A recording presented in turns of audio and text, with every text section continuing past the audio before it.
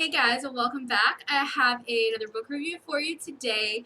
This week I read The Radium Girls by Kate Moore. I was super into it. I really enjoyed it, as you can see over here, because I gave it 5 stars. So this book kind of chronicles the lives of a group of girls who then turn into women over the course of the book. Some of them start out like as young as like 14 or something, who were dial painters for corporations that either like made watches or like extracted radium to make different things. It started like I think in 1912, and the last thing we talk about is in the 1970s. So it covers a really big chunk of time. If you don't know anything about radium, join the club. But radium is a radioactive substance, and it was discovered by Marie Curie in the late 1800s, and they didn't really know too much about it at first. It's actually said that she used to sleep with a piece of radium on her bedside table, which is like so dangerous. So like knowing what we know about radium now, that's just like I couldn't even imagine.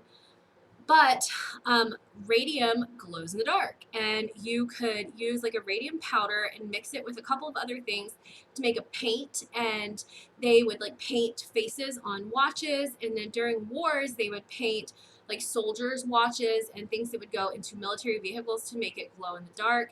And the way that they did this, I should have found a paintbrush, but the way that they did this is they would dip the paintbrush into this radium paste paint stuff, and then they would make the brush like pointy with their mouths, and then they would paint. And sometimes they would do this every single number that they painted. Everything in these watches are probably like this big, and they were still doing this like every single number sometimes, but usually at least every 2 to 3 numbers. So they were ingesting, I was gonna say inhaling, they were also doing that.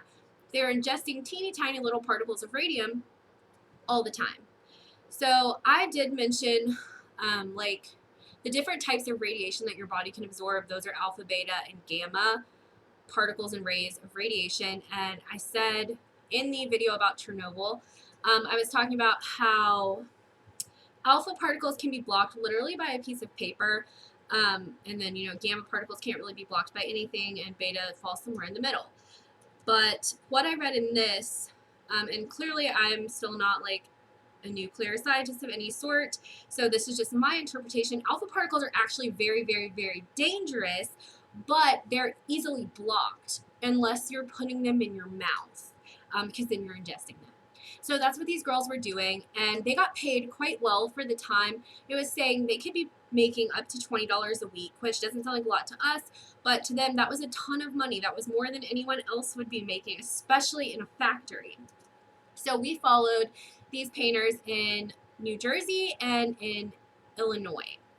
And they were all told radium isn't dangerous. It actually makes you healthier. Like, it's great. Like, radium is great. They would have it on their clothes. They would sometimes like paint their fingernails and their teeth and their lips and like paint mustaches on themselves and everything, because they literally believed that it wasn't dangerous. And eventually, like, these girls were leaving these jobs, and years down the road, like, things were happening. So this is where I'm going to tell you that if like medical stuff grosses you out, this might not be the book for you. It's not super graphic or anything, but radium literally eats your body from the inside out, and it's horrible what happened, and it's horrible to read about.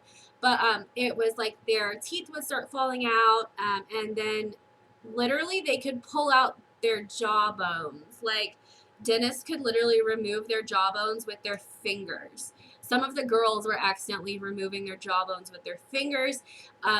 It's not like super graphic or super gory. I will say that if you Google pictures of that, it is really, really, really bad. So you can do that at your own discretion. I personally don't suggest it. But yes, so if medical stuff freaks you out, this might not be the book for you, or you can skip over those particular parts. But this starts happening. They start getting pains all over their bodies. Sarcomas are growing, like bone sarcomas, and people start to die. And they are begging. This starts out in New Jersey, and they're begging the company for some sort of compensation. They're saying, like, it's your fault. And the company is like, no, it's not. Like, no, it's not dangerous. You were like sick before. They were writing all kinds of different things on death certificates. It was like extremely frustrating to read about, because it just shows you how greedy corporations really can be. These were companies like corporations, and they were so greedy that they didn't even want to pay medical bills, even though they were making millions of dollars. They didn't want to give any kind of compensation to these girls' families. It's extremely frustrating. If social injustice bothers you, like, this is the book for you, because it is so frustrating, and it made me so angry to read some of this. Most of these girls would go on to die from radium poisoning. But one of the things that like was really important is that they didn't know that radium poisoning was a thing. Like, it had never happened before. Radium was brand new. So eventually, like, some of them were able to get some compensation in New Jersey, but then we moved to Illinois, and the same thing is happening. The company was having them like tested, like physically, and they weren't telling them the results. They were taking out ads in the newspapers that were saying like, radium is safe. And it was extremely frustrating. Like, people were like losing body parts. You know, they're sick, they're upset, they're miserable. Their town turned on them. And it was so frustrating. They were finally able to get like compensation as well, but like compensation doesn't matter. Like, compensation isn't more important than people's lives. And that was the part that was just so frustrating to me, is that these companies were saying that like their profit margins were more important than their employees' lives. And radium poisoning doesn't happen overnight. From like, I mean, I don't know, like, if you were just around a bunch of radium, but radium poisoning itself doesn't really happen overnight. Some of these girls would start getting symptoms quite early on, but some of them it was like 5 years later. So there was like no, it took a while to figure out what it was.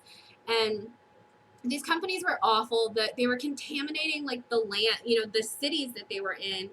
I read in the epilogue that there was a part like, these companies were fine, but the EPA ended up having to pay millions of dollars to clean it because they just didn't do it. No one made them do it. Like, why were they not in jail? And there were doctors who were saying, like, you're not sick, it's fine. There were lawyers who were literally looking them dead in the eyes and being like, there's nothing wrong. And one thing that bothered me about the book is we don't find out what happened to most of those people. What happened to those doctors? Did they lose their licenses because they should have?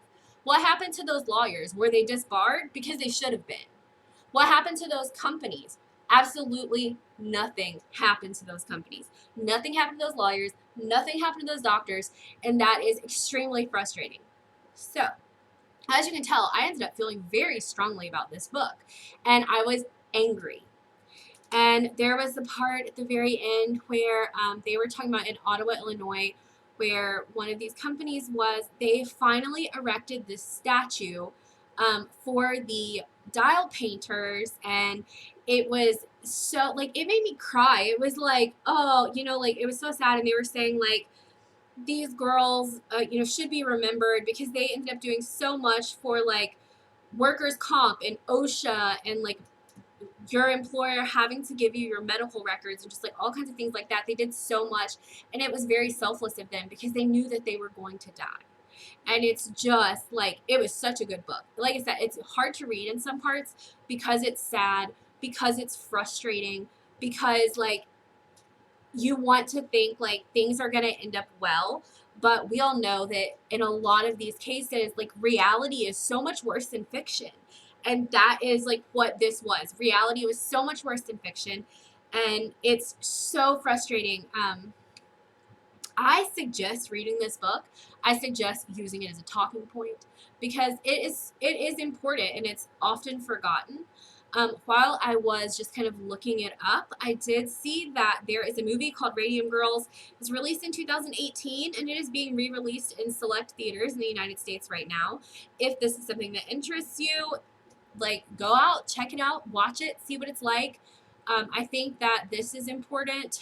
It's a part of American history that is often forgotten about, but it is a very important part of American history that led to a lot of the things that we see happening today, like like I said, workers' comp, OSHA, which makes sure that you're safe at your job.